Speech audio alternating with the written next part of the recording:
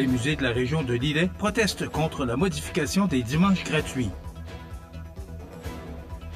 Soutien important pour la Maison d'Hélène à Montmagny. Deuxième rencontre entre les organismes communautaires et le député de Côte-du-Sud.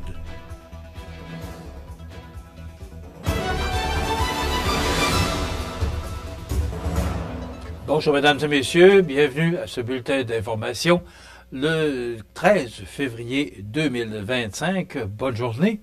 D'abord, vous informer qu'en raison des conditions météorologiques annoncées, tous les établissements primaires, secondaires, de formation professionnelle et éducation des adultes du Centre de services scolaires et du Centre de services scolaires Côte-du-Sud et Kamouraska, Rivière-du-Loup sont fermés pour la journée du jeudi 13 février, incluant les services de garde et les centres administratifs. En raison de cette fermeture, la journée du lundi 17 février deviendra une journée de classe. Les 3 musées agréés de la région de Lillet expriment leur mécontentement face à la décision du gouvernement provincial de modifier l'initiative populaire des premiers dimanches du mois gratuits. À partir du 2 mars 2025, seuls les jeunes de 19 ans et moins auront désormais droit à l'entrée gratuite, une mesure qui touche durablement les familles et remet en question l'objectif de démocratisation des musées. Cette initiative, qui permet aux familles de visiter gratuitement les musées chaque premier dimanche du mois, avait été saluée pour son impact positif sur l'accès à la culture et la promotion de l'engagement intergénérationnel. En modifiant cette mesure, le gouvernement crée des inégalités en restreignant l'accès à la culture aux seules jeunes générations, laissant ainsi les parents et les adultes sans possibilité d'accès gratuit à ces institutions culturelles. Les musées, qui avaient vu une forte affluence lors de ces journées, se disent préoccupés des conséquences de ce changement qui pourrait nuire à l'engagement des familles et diminuer l'accès à la culture pour de nombreux citoyens. Marie-Claude Gamache, directrice générale du Musée maritime du Québec, a exprimé la déception des musées, soulignant que les jeunes ne viennent généralement pas seuls au musée et sont accompagnés par leurs parents. Ce changement compromet l'objectif initial de rendre les musées accessibles à tous, indépendamment de l'âge, a-t-elle déclaré. Toutefois, elle reste optimiste et promet que les musées continueront d'offrir une programmation adaptée. Les musées de la région ont rapidement proposé une alternative aux familles souhaitant poursuivre leur visite, soit, entre autres, par l'adhésion d'une carte de membre qui permettra d'obtenir des entrées illimitées, des rabais à la boutique et même un accès gratuit à 6 autres musées de la région. Cette solution permet aux visiteurs de continuer à profiter des activités culturelles tout en soutenant les institutions. Cependant, cette nouvelle mesure a des répercussions importantes sur les revenus des musées. En 2024, par exemple, 22% des revenus de billetterie du Musée maritime du Québec provenaient des initiatives liées au premier dimanche du mois. De son côté, le Musée de la mémoire vivante prévoit une perte de 18% de ses revenus de billetterie, tandis que le domaine de la seigneurie des Aunais estime que les premiers dimanches gratuits représentent environ 20% de ses revenus. Ces pertes risquent de limiter la diversité des activités et de freiner la capacité des musées à offrir des événements de qualité. Le changement a été annoncé par courriel le 26 janvier dernier, à une date tardive qui a perturbé de nombreux musées ayant déjà planifié des activités pour ces journées populaires. Ce manque de préavis a accentué la frustration des musées et des familles qui se retrouvent dans l'incertitude face à cette modification inattendue. Malgré ces défis, les musées de Lillet restent déterminés à offrir des expériences enrichissantes et à s'adapter aux besoins de leur communauté, tout en espérant que la situation pourra être revue à la lumière de l'impact économique et culte. Le groupe automobile Fréchette Thibault accentue son engagement communautaire en procédant à un don de 20 000 $ à la Maison d'Hélène de Montmagny. Nous sommes extrêmement fiers de pouvoir, une fois de plus, offrir un soutien concret à la Maison d'Hélène, un pilier vital de notre région.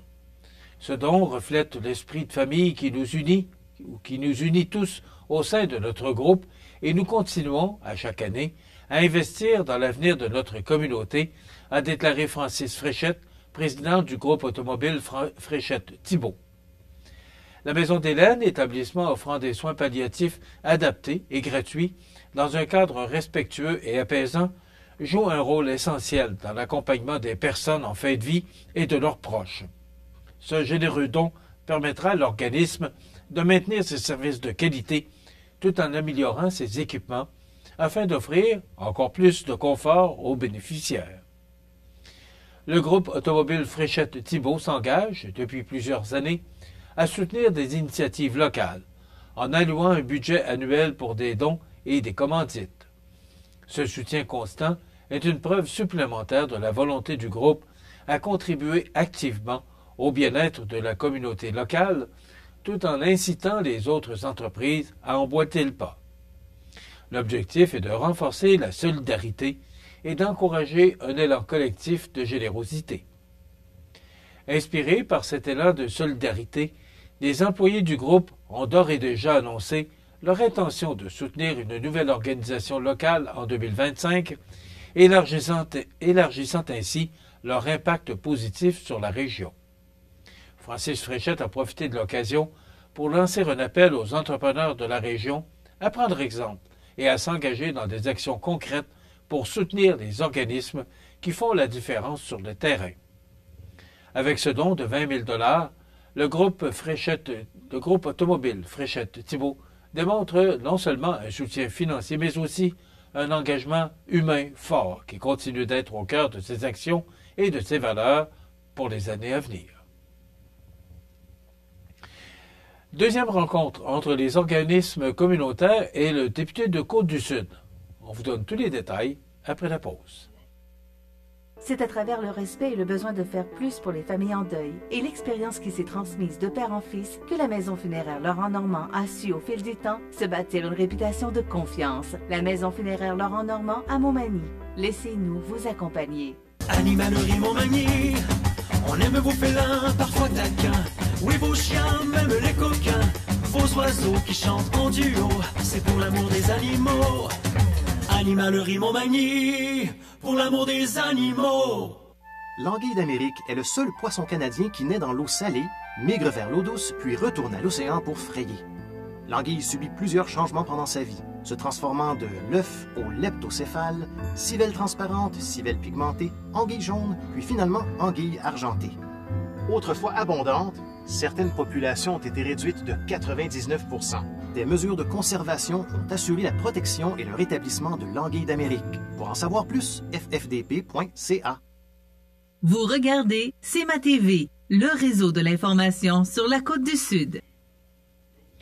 Le 10 février dernier, une rencontre importante a eu lieu entre les membres de la CDC ici Montmagny-Lillet et le député de Côte-du-Sud, Mathieu Rivet.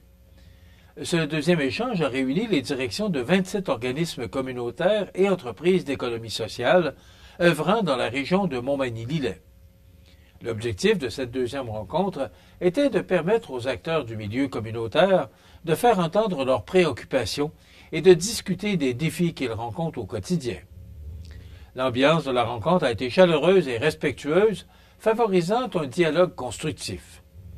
Les discussions ont d'abord porté sur les enjeux de financement des organismes communautaires.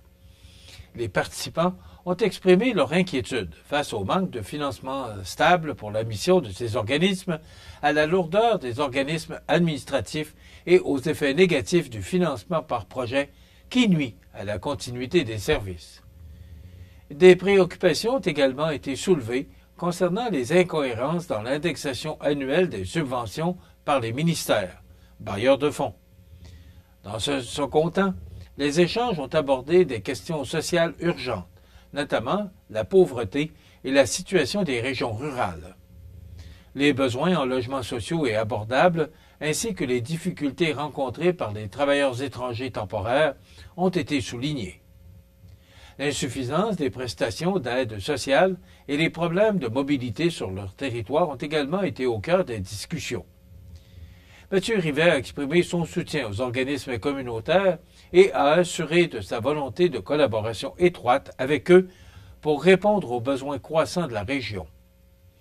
M. Rivet a également salué le travail essentiel de ces organismes et a promis d'ouvrir un dialogue constructif pour améliorer les conditions sociales. Les sports, présentés par Groupe Corriveau, entrepreneurs électriciens et plomberie, un appel, 4 services. Groupe Corriveau à Montmagny, 88 248 8992, votre solution. Vous avez des projets de construction ou de rénovation? Pensez Groupe Corriveau, entrepreneurs électriciens et plomberie. Un appel, 4 services, 88 248 8992, Groupe Corriveau à Montmagny ou groupecorriveau.com. La solution pour du travail bien fait.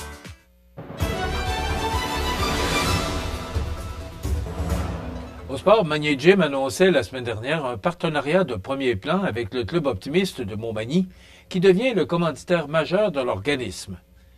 Acteur clé du soutien à la jeunesse dans la région, le Club Optimiste de Montmagny incarne l'engagement et la générosité envers la jeunesse, et son soutien au club est une preuve notable. Grâce à cet appui significatif, le club pourra poursuivre sa mission d'offrir un environnement sécuritaire et optimal à ses gymnastes, tout en investissant dans des équipements essentiels à leur progression. Cette collaboration s'inscrit dans une vision commune, encourager la persévérance, le dépassement de soi et l'accessibilité au sport pour tous. Ce soutien est une véritable marque de confiance envers notre club et nos jeunes athlètes. Grâce à des partenaires engagés comme le Club Optimiste, nous pouvons continuer à offrir des conditions d'entraînement optimales et inspirer la prochaine génération de gymnastes, souligne Robert Mécaille, directeur du Club Magny Gym. D'ailleurs, le Club Magny Gym s'est empressé de remercier le Club Optimiste de Montmagny pour sa générosité et son engagement envers la communauté sportive locale. Ce partenariat entre les deux organismes témoigne d'une vision partagée, soit celle d'un avenir où chaque jeune a la possibilité d'atteindre son plein potentiel. L'équipe des Sentiers de l'Inconnu organise la première édition du Raid de l'Inconnu, un nouvel événement hivernal dans la région de Montmagny qui se tiendra le 8 mars prochain à Notre-Dame-du-Rosaire. Le défi lancé par l'équipe des Sentiers de l'Inconnu est de compléter 3 épreuves sportives en solo, en duo ou en trio, en raquette, ski de fond et fat bike, les 3 disciplines de cette compétition amicale. Les amateurs de sports hivernaux, en solo ou en équipe de 2 ou 3 personnes, devront d'abord chausser leurs raquettes pour parcourir 2,5 km de sentier. Ensuite, au tour des fondeurs à s'élancer sur les pistes de ski de fond sur une distance de 5,5 km et finalement un parcours de 7 km en fat bike qui conclura le circuit de 3 épreuves. Le raid de l'Inconnu débutera sur le coup de 16 heures et on peut imaginer que les participants termineront le circuit complet à la brunante, ce qui conférera assurément à une atmosphère bien spéciale de l'événement. Il est obligatoire d'avoir une lampe frontale et de l'équipement adapté à la pratique de chaque sport prévu pour la compétition, dont des raquettes, ski de fond et bien sûr un fat bike. Pour en savoir davantage sur le raid de l'Inconnu ou pour s'inscrire, il suffit de consulter le site web du Sentier de l'Inconnu au sentierdelinconnu.com. Rappelons que cet événement promet d'être un moment inoubliable pour les amateurs de plein air et est rendu possible grâce au soutien de la Ville de Montmagny, des Enfants de Cœur, Tourisme Montmagny et les Îles, le Parc des Appalaches et la municipalité de Notre-Dame-du-Rosaire. Voilà ce qui complète votre bulletin d'actualité. Je vous rappelle en terminant que les établissements primaires, secondaires, formation professionnelle et éducation des adultes du Centre de services scolaires de la Côte-du-Sud sont fermés pour la journée. Ça inclut les services de garde et le centre administratif. En raison de cette fermeture, la journée du lundi 17 février deviendra une journée de classe. Il en est de même pour les établissements du Centre de services scolaires Kamouraska, Rivière-du-Loup. Voilà, dans un moment, les prévisions de la météo et l'état des routes. Voilà, c'est tout pour l'instant. Bonne journée, mesdames, messieurs. Pour joindre la salle de nouvelles de CMA-TV, nouvelles au pluriel @cmatv.ca ou encore 88 241 13 13 poste 226. Les prévisions de la météo. Une présentation de Promutuelle Assurance Montmagny-Lillet. Toujours à l'écoute de vos besoins.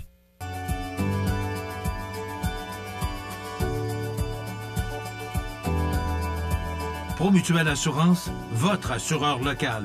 418-248-7940. La la la la la la la.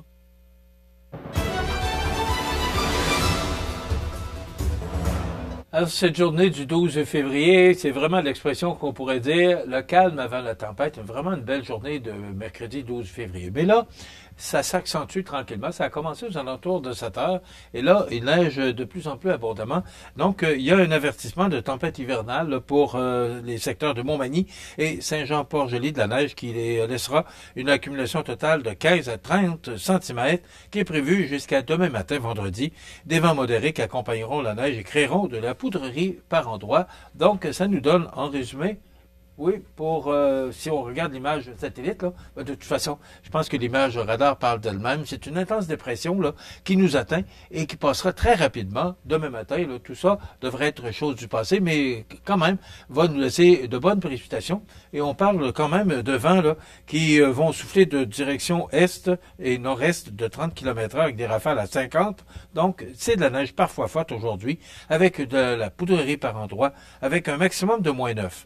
Ce soir et la nuit prochaine, averses de neige qui cessent en fin de nuit, nuageux par la suite, poudrerie par endroits au cours de la nuit, accumulation supplémentaire de 2 à 4 cm, des vents devenant d'ouest à 40 km avec des rafales à 60 après minuit. Ce sera venteux, on comprend, avec un minimum de -13. Pour vendredi, alternance de soleil et de nuages avec 40% de probabilité d'averse de neige, poudrerie par endroits, des vents d'ouest de 40 km/h avec des rafales à 60 qui diminueront de 20 à 40 tard en après-midi, maximum de -10. Pour samedi, le retour du beau temps avec un maximum de -10. Et dimanche, c'est le retour de la neige et on parle encore d'une quinzaine de centimètres avec un maximum de -12. Pour lundi, nuageux, maximum de -11. Les normales de saison, ce temps-ci de l'année, sont de -6 le jour, -17 la nuit. Le soleil s'est levé à 7h moins 10 minutes ce matin et se couchera à 17h03 pour aujourd'hui, 13 février. Il fait actuellement -13 degrés. Les vents soufflent de direction nord à 9 km/h. La pression barométrique est à 74%.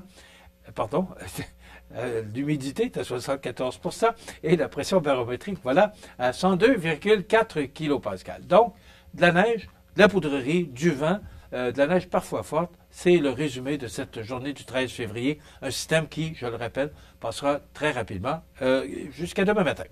Maintenant, pour cette journée du jeudi 13 février, on vous propose dans quelques instants Marion Perrault, qui est co-directrice de la CDC ici, Montmagny-Lillet. On parlera entre autres de cette rencontre que les organismes ont eue récemment.